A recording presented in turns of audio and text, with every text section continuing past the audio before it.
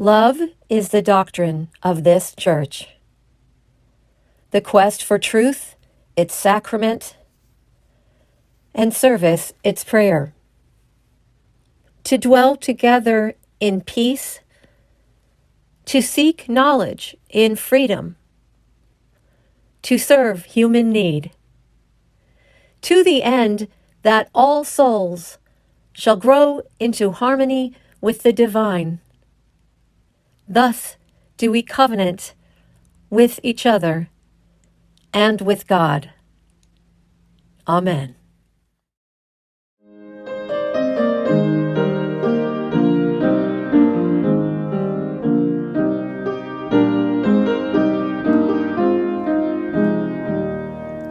Wake now my senses and ears bar. Feel the deep power of being all. Keep with the web of creation your vow. Giving, receiving as love shows us how.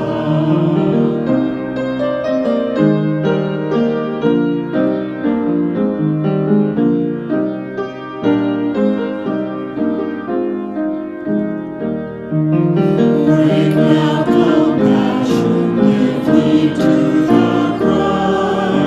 Voices of suffering fill the wide sky. Take as your neighbor, both stranger and friend, praying and striving their hardship to end.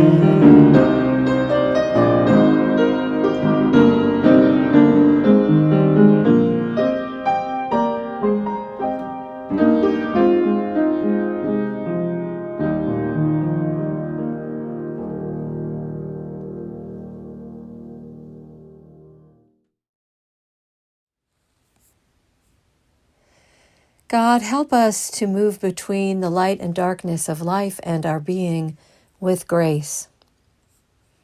Help us to be aware of our depths, to befriend our own complexity, to bring to the light of understanding and patience those dark materials in which many beautiful things can grow. These words by the Unitarian minister Vivian Pomeroy came to me this week when I was tempted by self-righteousness, and they are worthy to be shared. Forgive us that often we forgive ourselves so easily and others so hardly. Forgive us that we expect perfection from those to whom we show none. Forgive us for repelling people by the way we set a good example. Forgive us the folly of trying to improve a friend. Forbid that we should use our little idea of goodness as a spear to wound those who are different. Forbid that we should feel superior to others when we are only more shielded. And may we encourage the secret struggle of every person. God, in your compassion, in your creativity, in your mercy, be with us in our secret struggles, and let us be there for each other. So may it be. Amen.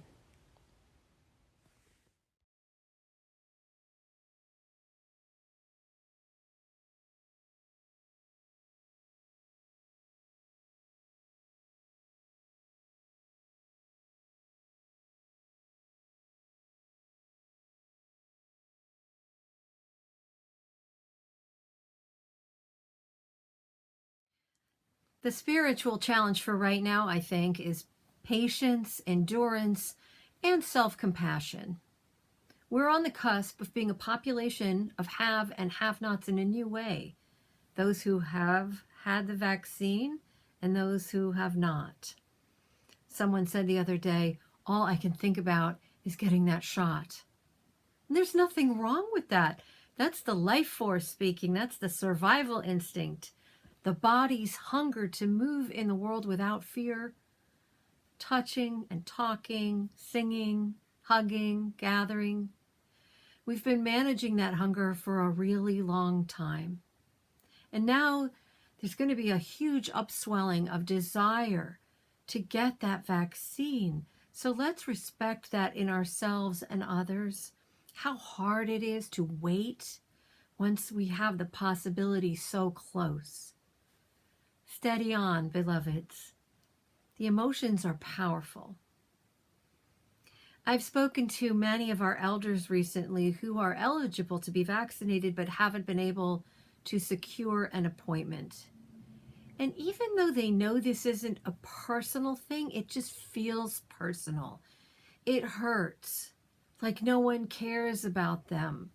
Even though they know rationally this is just administrative failure and it's about supply and demand issues, it's just a really honest, valid emotional reaction.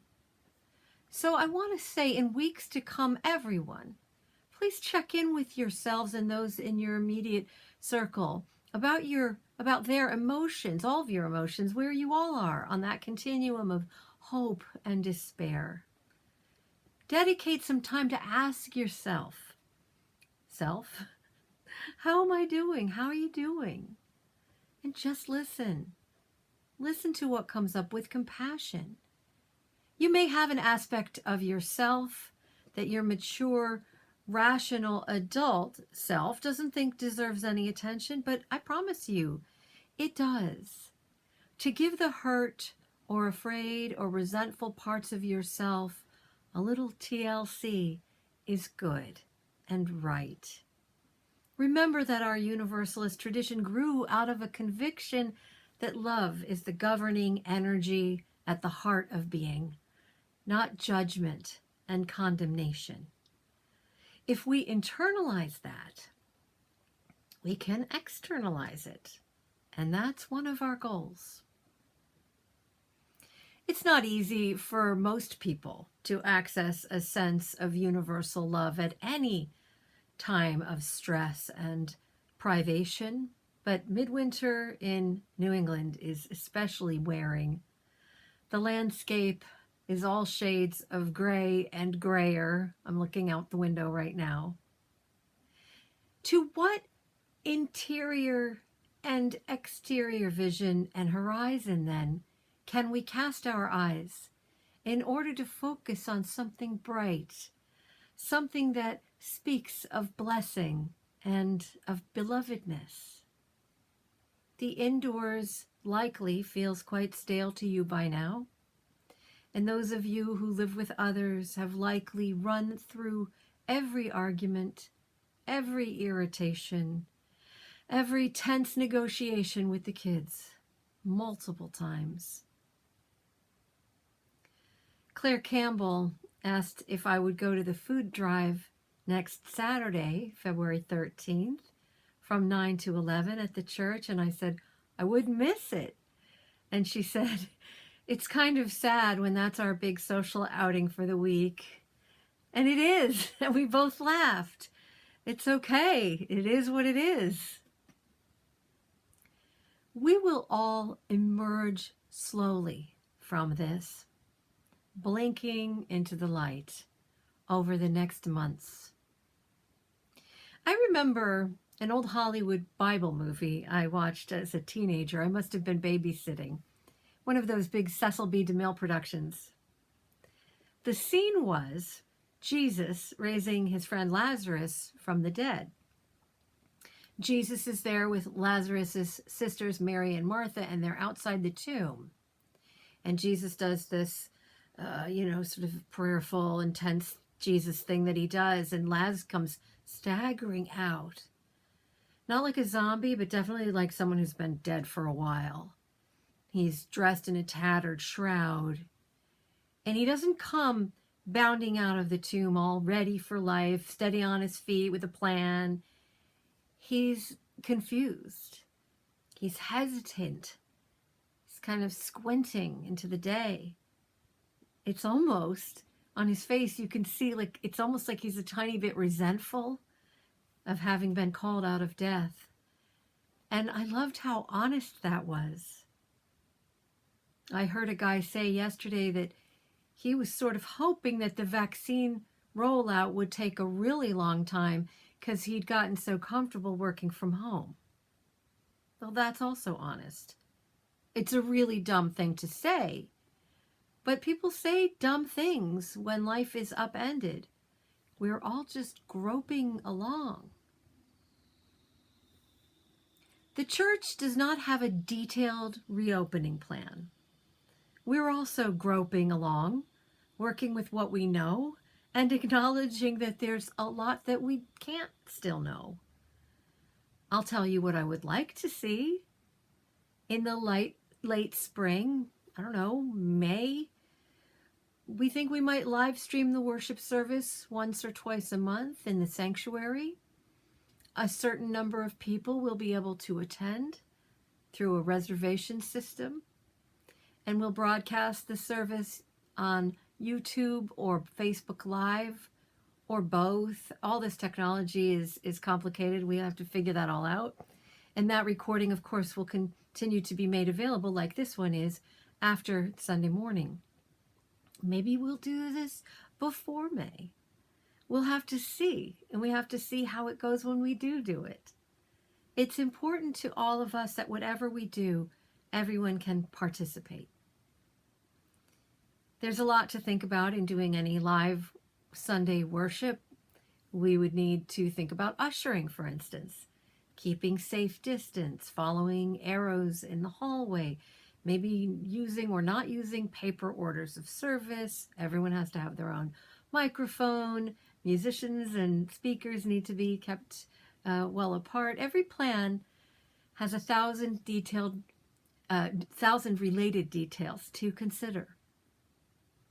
Very small groups may send in requests to Elizabeth to meet in the building in coming weeks.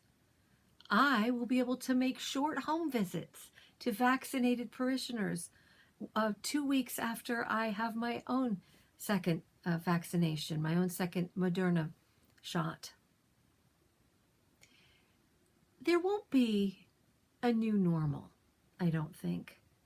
I think what there will be is a next normal, and that's not I didn't coin that expression, I heard it somewhere. And we will have changed. We will be survivors. And I want to make sure that we will respect the intensity and enormity of what this time has wrought on all of us. Right now, none of us really knows. We don't know what this has done to us, to our kids. While the workplace and schools and businesses and restaurants try to get back to the next normal, the church will need to bear witness to the strangeness, to the deep underworld excursion we are on, to honor the dead, to make room for and time for the soul to re-emerge to that sunlit world. Our social skills will be weird for a while. I mean, I don't know. When I start hugging people and shaking their hands, I don't know that I'm going to be able to let go in an appropriate amount of time. You might have to peel me off. I just joined the UU Mass Actions Working Group against solitary confinement. This is an issue I've cared about for a long time, but after a year myself with almost no in-person contact, I find that I have a fresh concern for the mental torment of those left alone in a cell for punishment. I will not go through this pre-Re-Emergence with you like a football coach. We are not going to go back out there on that field to win the game. We will be remembering ourselves as an incarnate community. Remembering, not just about membership, but remembering arms, legs, faces, eyes, whole people who live from the neck down, flesh and blood, not just emails and faces and voices on the phone. For now, steady on. Take care of yourselves. Stay safe. Respect how much you crave the togetherness, the reunions that are coming. Call 211, the new phone line that Massachusetts had set up, and get a vaccination appointment if you're over 75. Double mask if you must go out. Please don't go to any Super Bowl parties today. Blame me if you want an excuse. Tell them your minister won't let you go. Draw in that love from the heart of being every day, from the source, and weave it deeply into your being, where the fear of infection and death have for so long dwelt.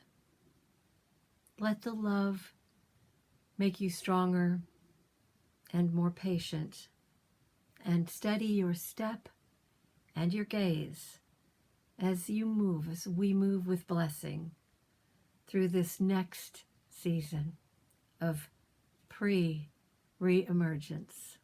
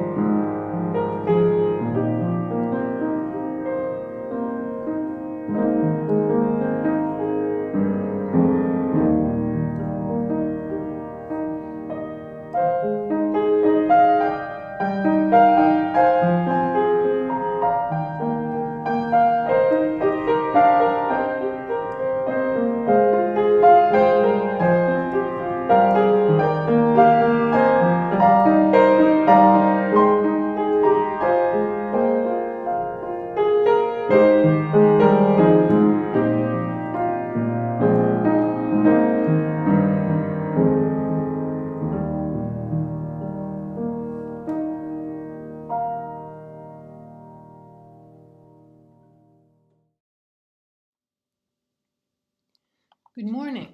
I'm Sarah Cecil.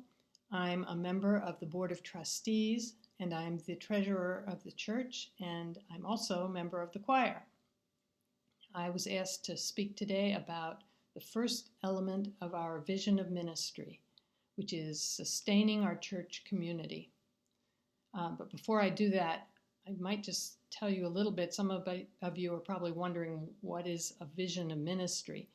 The vision of ministry attempts to answer the question, how do we plan to change lives in new and different ways in the next 1 to 5 years? So it's a relatively big picture vision of who we are and where we want to be over the next several years, sort of a medium-term time frame. So the first element of our new vision of ministry, which was also the first element of our old vision of ministry, is sustaining our church community.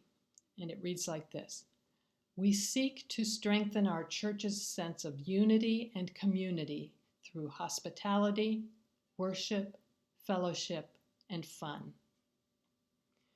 To me, community is the heart of the church.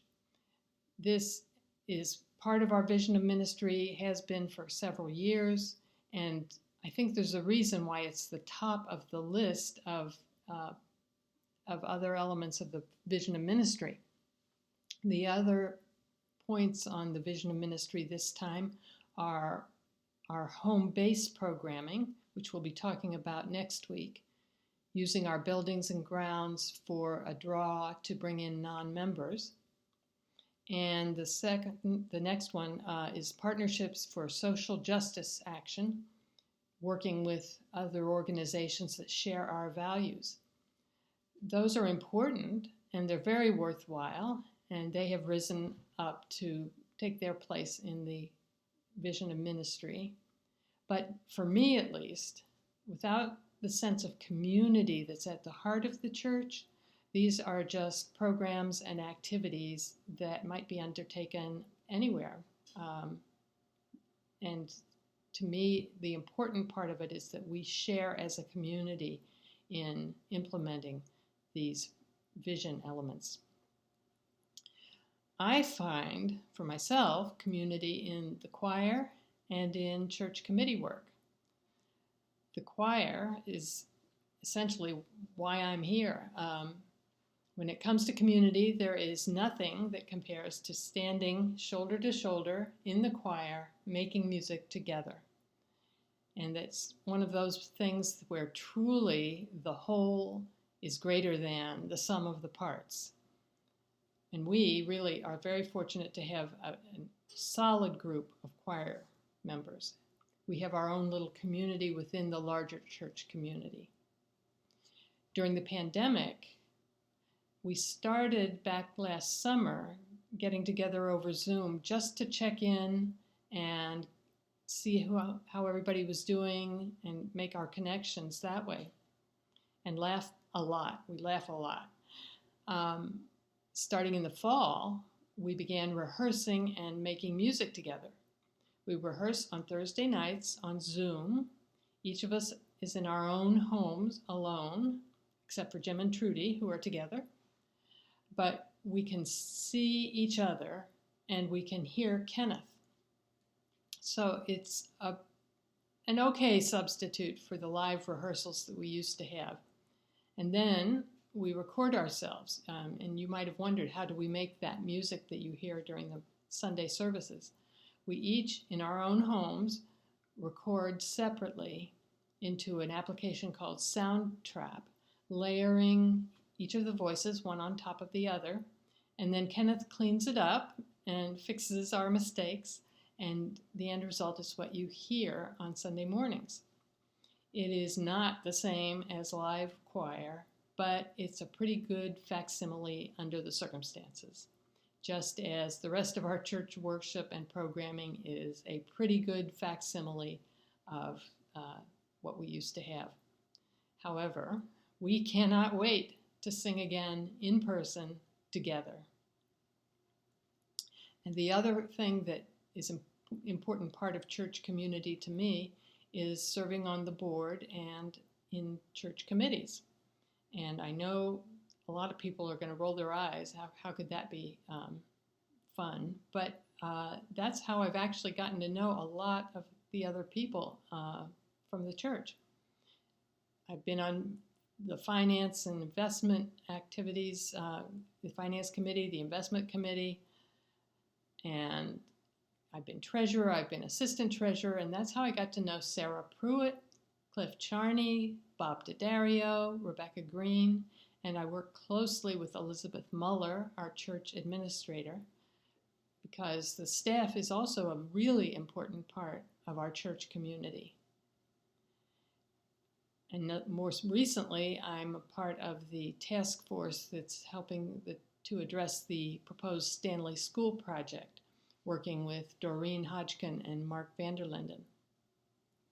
So when you're on a committee or the board, you're working together toward a common goal.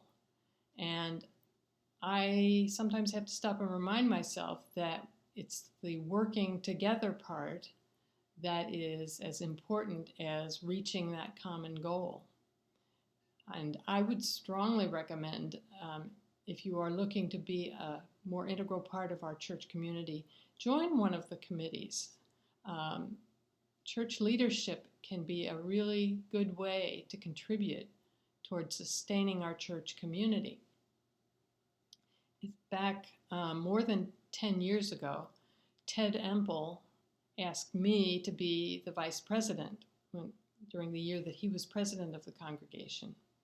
And I was a little reluctant, but Ted typically said, the reason he wanted me to be his vice president was because he thought it would be fun to work together. And it was. I remember clearly toward the end of the next year, when at the end of my year as president, which had been a very difficult year of transition during the interim between ministers, at the end of the year, Ted and I spent a day putting together the appreciation gifts for all the other all the other committee members who were rolling off. And we spent the day filling up mugs with Hershey Kisses, writing thank you notes, putting on ribbons and bows. At that time, Ted was in treatment for cancer, so he couldn't come over to the church and do those things. And we did them in his dining room, sitting at his dining table. And we had fun. Working with Ted as part of the church leadership really was fun. Nowadays, we meet on Zoom, we send emails. Again, it's not the same, but it's the closest facsimile we have today for that element of the church community. And I hope you'll all think about ways in which you can contribute. So this is what community looks like now, at least to me. We're all anxiously looking ahead for the day when we can join again in person and the choir can sing as one voice, standing together. What is our vision for the post-pandemic community? Let's use our imaginations. I would suggest that we don't just want to go back to the old normal, although it will certainly be very comforting. But let's think about what else we can do and really try to implement this vision of church community in new and interesting and fun ways. Thank you.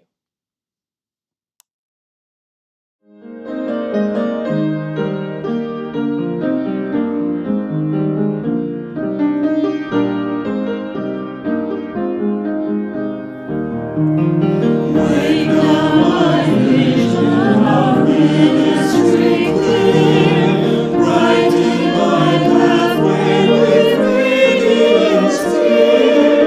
Mingle my calling with all who will share. Work around my life, transform my heart.